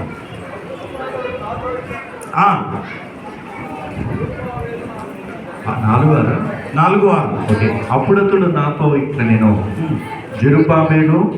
జెరుబ్బాబెలునకు ప్రత్యక్షమగు యెహోవా వాక్కు శక్తి చేతనైనను బలము చేతనైనను కాక నా ఆత్మ చేతని ఇది జరుగునని సైన్యములకు అధిపతి యెహోవా సెలవిచ్చెను. గొప్ప పర్వతమా జెరుబ్బాబెలును అడ్డగించుటకు నీవు ఎంత మాత్రం దానవు, నీవు చదును భూమి నవగదు, చదును భూమిగా మారదు, కృప కలుగును కాక అని జనులు కేకలు వేయగా అతడు పైరాయి తీసుకొని పెట్టించును. యెహోవా వాక్కు మరల నాకు ప్రత్యక్షమై ఇలాగ సెలవిచ్చును. జెరుబ్బాబెలు చేతులు ఈ మందిరపు పునాది వేసి ఉన్నవి, అతని చేతులు ముగించును. అప్పుడు సైన్యములకు అధిపతి యెహోవా నన్ను నీ యొద్దకు పంపి ఉన్నాడని నీవు తెలుసుకుందువు. గట్టి చెప్పలేదు నాకు పడుతున్నాను. పడిపోయిన మందిరం. బబులోను రాజు దేవాలయాన్ని కూల్చేసి బబులోను దేశానికి ఆ నెబుకద్నెజరు రాజు యూదులందరినీ కూడా కొనిపోయాడు. యూదులందరినీ కూడా తీసుకొని పోయాడు. దర్యావేశు కాలంలో తిరిగి మందిరం కట్టబడడానికి వారు అధికారం పొందుకొని తిరిగి వచ్చారు. ఎవరు అంటే జెరుబ్బాబెలు. ఈ పడిపోయినటువంటి మందిరాన్ని తిరిగి కట్టించినటువంటి నాయకుడు ఎవరు అంటే జెరుబ్బాబెలు. ఆ మందిరాన్ని కట్టింది ఎవరు? ఏ రాజు కట్టాడు ఆ మందిరాన్ని? సొలొమోను రాజు కట్టాడు. సొలొమోను రాజు నిర్మించినటువంటి ఆ మహాదేవాలయము, దేవాలయం అంటే మామూలు దేవాలయం కాదు, మొత్తం బంగారంతో పోసపోసారు. లోపల బంగారం బయటకు ఉంటాయి. లోపల దాన్ని నేలమట్టం చేసి అందులో ఉపకరణాలన్నీ బంగారము, వెండి, రకరకాల ధనాగారంలో ఉన్నవన్నీ ఎత్తుకొని పోయి ఆ మందిరాన్ని నేలమట్టం చేసి అగ్నితో కాల్చేశారు. ఇజ్రాయెల్కి ఇప్పుడు మందిరం లేదు, కూల్చివేయబడింది. అది దేవుడు అన్నాడు, తిరిగి నా మందిరాన్ని నేను తిరిగి కడతాను. ఏమైనా హల్లెలూయా. ఎందుకంటే పడిపోయిన స్థితిలో ఉండడం దేవునికి ఇష్టం లేదు. మూడవది, సంఘం ఏ విషయంలోనైతే తప్పిపోతుందో, సంఘంలో విశ్వాసులు కూడా ఏ విషయంలోనైతే తప్పిపోతూ ఉంటారో, సంఘ నియమాల్లో, సంఘ క్రమంలో, సంఘ పద్ధతుల్లో తిరిగి దేవుడు వారిని కడతాడు. తిరిగి దేవుడు వారిని నిలబెట్టుకుంటాడు. 1 పేతురు 2వ అధ్యాయం 5వ వచనం ప్రకారంగా మనమందరం కూడా ఆ దేవాలయంలో ఒక్కొక్కరము ఒక్కొక్క రాయి అయి ఉన్నాము. 1 పేతురు 2:5. యేసుక్రీస్తు ద్వారా దేవునికి అనుకూలములకు ఆత్మ సంబంధమైన బలి అర్పించుటకు పరిశుద్ధ యాజకులుగా ఉండుటకు మీరును సజీవమైన రాళ్ళవలె నుండి ఆత్మ సంబంధమైన మందిరముగా కట్టబడుచున్నారు. ఇదిగో నేను ముఖ్యమును ఏర్పరచబడినదియు అమూల్యమునగు మూలరాత్రి సియోనులో స్థాపించుచున్నాను. ఆయన యందు విశ్వాసముంచువాడు ఏ మాత్రమును సిగ్గుపడరు అను మాట లేఖనమందు వ్రాయబడినది. ఆమేన్. ఒక పునాది రాయి వేయబడింది, ఒక మూల రాయి వేయబడింది. ఆ మూల రాయి యేసు ప్రభు. అది సియోనులో వేయబడింది. ఆ మూల రాయి అంటే మందిరము సియోనులో నిత్యము స్థిరంగా ఉండేటువంటిది. మందిరము ఈ లోకంలో ఉన్న వ్యవస్థలన్నీ ఆగిపోతాయి, కానీ సంఘము మాత్రం చివరి వరకు ఉంటుంది. యేసు ప్రభు వచ్చేది కూడా సంఘం కొరకే. అందుకనే ఈ సంఘంలో మనం అందరము ఒక్కొక్కరము ఒక్కొక్క సజీవమైన రాయిగా ఉండి ఒక మందిరముగా కట్టబడుచున్నాము. ఆమె చెప్తారు కదా, ఒక్కొక్కరు ఒక్కొక్క రాయి. చెప్పండి, నేను ఒక రాయి. ఆ రాయిలో ఈ రాళ్ళన్నీ కూడా కలిపి కట్టబడాలి. అంటే ఎంత కష్టమో ఆలోచించండి. ఎందుకంటే ఒక్కొక్క రాయి ఒక్కొక్క తీరు ఉంటుంది. ఒక్కొక్క రాయి కొండ దగ్గర రాళ్ళను కొట్టి అక్కడ ఉన్నటువంటి పనివాడు ఏం చేస్తాడు, కొండ దగ్గర సారయ్య మాకు ఈ ఫీట్ రాయి కావాలి, 2 ఫీట్ల రాయి కావాలి అంటే ఏం చేస్తారు వాళ్ళు, చాలా వేగంగా రాళ్ళను కొట్టి వాళ్ళకి ఇచ్చేస్తారు. ఈ కట్టుబడి చేసే వ్యక్తి ఏం చేస్తాడు, ఒక్కొక్క రాయిని చెక్కి ఇంకో రాయితో కలిపి సిమెంట్ పోసి అతుకు పెట్టి కడతా ఉంటాడు. కట్టుబడి చేసేటప్పుడు ఈ రాయికి సుంత దెబ్బలు పడతాయి. ఈ రాయిని చెక్కాలి. ఎందుకంటే ఒక రాయి ఇట్లా కొచ్చగా ఉంటుంది, పొడుగ్గా ఉంటాయి, వంకర టింకరగా ఉంటుంది.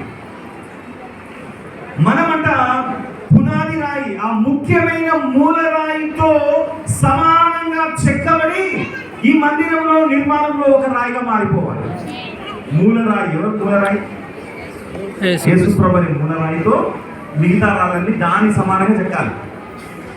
స్కేల్ పెట్టి పోల్చినట్టు ఆ రాయి ఎట్లుంటుందో, ఏ డైమెన్షన్స్ లో ఉంటుందో మనం కూడా అదే డైమెన్షన్స్ లో చెక్కబడి, అదే కొలతలతో చెక్కబడి, పునాది మీద వేయబడి ఒక మందిరంగా కట్టబడాలి. అప్పుడు ఆ మందిరాన్ని గురించి దేవుడు ఏమంటున్నాడు తెలుసా, ఈ బండ మీద నా సంఘమును కడుతున్నాడు దేవుడు.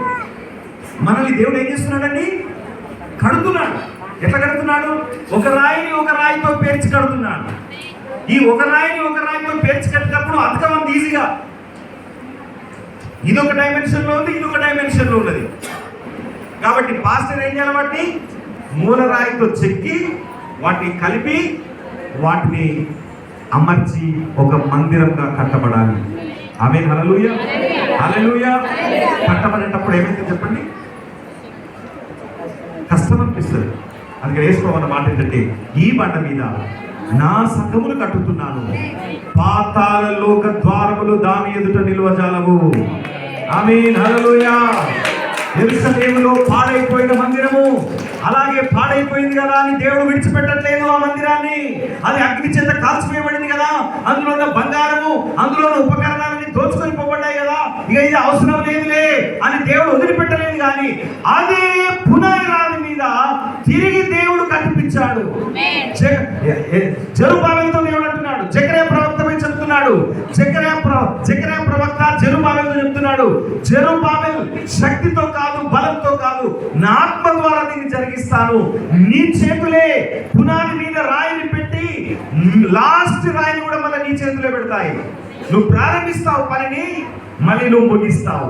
చెప్పలు ఏ చేతులైతే రాయిని తీసుకొని పునాదేస్తాయో అదే చేతులు చివరి రాయిని పెట్టి ఫిక్స్ చేసేస్తాయి. దేవునికి స్తోత్రం, హల్లెలూయా.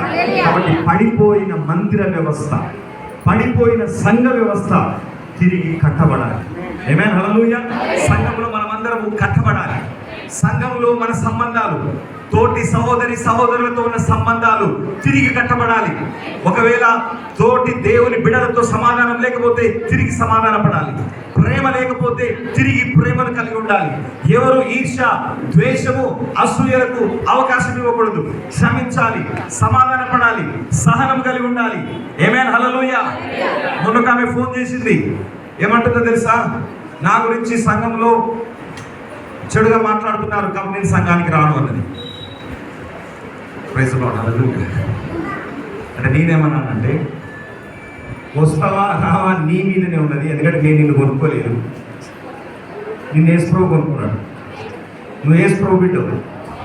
సంఘంలో నాటబడి ఉండాలి అని దేవుడు నిన్ను నియమించినప్పుడు నువ్వు దాన్ని దేవుడి సంఘంలో ఉండాలి. ఎవరో అలా అంటున్నారు, ఎవరో ఇలా అంటున్నారు అన్నది నువ్వు పట్టించుకో. దేవుడు ఏమంటున్నాడు అన్నది ముఖ్యం. లోకులు కాకులు ఇష్టానుసారంగా మాట్లాడతారు. యేసు ప్రభు ముందు రోజే హోసన్నా చేయము, అదే నోరు తెల్లారిన తర్వాత సిలువ వేస్తావా వేయవా, సిలువ వేయండి సిలువ వేయండి అన్నాయి. అయ్యే నోరు ఏమన్నాయి? గోసన్న అన్నాయి. తెల్లారగానే ఏమన్నాయి? సిలువ చూపెడుతున్నాయి. మనుషుల మాటలు కాదమ్మా, ఎవరు ఏం మాట్లాడితే ఆ మాటకు వాళ్ళకు లెక్క ఉంటుంది. నిన్ను గురించి దేవుడు ఏమంటున్నాడు అన్నది లెక్క. యేసు ప్రభు కూడా అన్నాడు, నన్ను గురించి ఏమనుకుంటానని ఊరోళ్ళంతా. అంటే ఆయన శిష్యులు అంటున్నారు, ఒక ఆయన ఏలియా మళ్ళీ వచ్చిందని అంటున్నారు, ఒక ఆయన బాప్తిస్మం ఇచ్చి యోహాను వచ్చిందంటున్నారు, ఒక ఆయన యెషయా వచ్చిందంటున్నారు. ఓకే, రకరకాల మాట. మరి మీరేమనుకుంటున్నారు?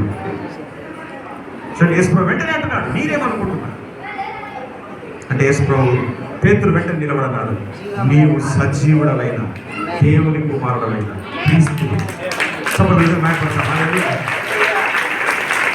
అని ఏమన్నాడు తెలుసా? ఇవి నీకు రక్తమాంసములు బయలుపరచలేదు, నా తండ్రి ఆత్మయే నీకు బయలుపరచి ఉన్నాడు. గట్టిగా చెప్పలేదు. అంటే ఈ మాట ఎందుకు చెప్తున్నానంటే, కొంతమంది అలాగని కొంతమంది ఇలాగని అనుకుంటున్నారు, కానీ దేవుడు ఏమంటున్నాడు నీ గురించి అదే ఫైన్. ఏమే హల్లెలూయా. కాబట్టి నేను ఆమెకు స్ట్రైట్గా చెప్పాను, ఆ స్త్రీ, నేను కొనుక్కోలేదు, నేను యేసు ప్రభు రక్తం నుంచి కొనుక్కున్నాడు, నువ్వు సంఘంలో నాటబడి ఉండాలి, దేవుని చిత్తంలో ఉంటుంది, దేవుని చిత్తం ప్రకారంగా నువ్వు ఉండమ్మా. సంఘంలో ఎవరో ఏదో అంటున్నారని నువ్వు ఆ విధంగా ఆలోచన చేయకూడదు. సంఘంలో కట్టబడడం నేర్చుకో, సమాధానంగా ఉండడం నేర్చుకో. ఎవరైతే అంటున్నారో వారి లెక్క వాళ్ళకి ఉంటుంది. ఆమేన్, హల్లెలూయా. కాబట్టి దేవుని బిడ్డలారా, ఆ పడిపోయినటువంటి ఆ మందిరము తిరిగి కట్టబడి ఉన్నది. కాబట్టి నిబంధన క్రైస్తవ సహవాసాన్ని కూడా దేవుడు ఎన్నడూ విడిచిపెట్టాడు. ఎక్కడైతే పడిపోతా ఉందో మళ్ళీ దేవుడు తిరిగి కడతా ఉంటాడు. ఎక్కడైతే ఏ శోధన అయితే వస్తూ ఉంటుందో మళ్ళీ దేవుడు తిరిగి కడతా ఉంటాడు. మొదటి కంటే ఇంకా దేవుడు బలం ఇస్తూ, అభివృద్ధి పరుస్తూ, విస్తరిస్తూ దేవుడికి సంఘాన్ని నడిపింపజేస్తాడు. ఎందుకంటే దేవుడు కడుతున్న సంఘం, ఈ బండ మీద నా సంఘాన్ని కడుతున్నాను, పాతాళలోక ద్వారములు దాని ఎదుట నిలవజాలని దేవుడు వాగ్దానం చేస్తున్నాడు. ఆమేన్, హల్లెలూయా. మొట్టమొదటిది మన వ్యక్తిగతమైనటువంటి జీవితము, పడిపోయిన జీవితం తిరిగి కట్టబడాలి. రెండవది పడిపోయిన కుటుంబాలు, దావీదు గుడారము తిరిగి కట్టబడాలని చెప్తున్నట్టుగా మన కుటుంబాలన్నీ తిరిగి కట్టబడాలి. రెండవది సంఘము కూడా, దేవుని మందిరము కూడా తిరిగి కట్టబడాలి. ఏ విషయంలో మనం లోబడలేకపోతున్నామో, ఏ విషయంలో దేవునికి దూరంగా ఉంటున్నామో, ఏ విషయంలో ఇంకా దేవుడు చేయబడినటువంటి పని మనం చేయలేకపోతున్నామో, ఆ విషయంలో మనము కట్టబడదుము గాక. దేవుడి వాక్యం దీవించును గాక. అందరూ కూడా లేచి నిలబడదాం. ఒక్క నిమిషం లేచి నిలబడదాం. ఒక్క నిమిషం లేచి నిలబడి మనల్ని మనం దేవుడి సన్నిధిలో అప్పచెప్పుకుందాం. ప్రతి ఒక్కరు లేచి నిలబడి, తండ్రి, నేను ఏ విషయంలో నుంచి పడిపోయానో ఆ విషయంలో నన్ను తిరిగి లేపండి దేవా. నీవు ఏ స్థితిలో పడ్డావో నువ్వు తిరిగి లేపంటున్నాడు. లేకపోతే నీ దగ్గర ఉన్న దీపస్తంభాన్ని నేను తీసేస్తా అంటున్నాడు. దీపస్తంభము తీసివేస్తే ఏం జరుగుతుంది? చీకటి. దీపం లేకపోతే ఏమైతుంది? జీవితం మొత్తం చీకటి అయిపోతుంది. అందుకని నువ్వు మారు మనసు పొందాలి అని దేవుడు సమయం ఇచ్చినప్పుడు నువ్వు మారు మనసు పొందాలి. ఆమేన్. ప్రతి ఒక్కరు కూడా కన్ను మూసుకొని ప్రార్థన చేయండి.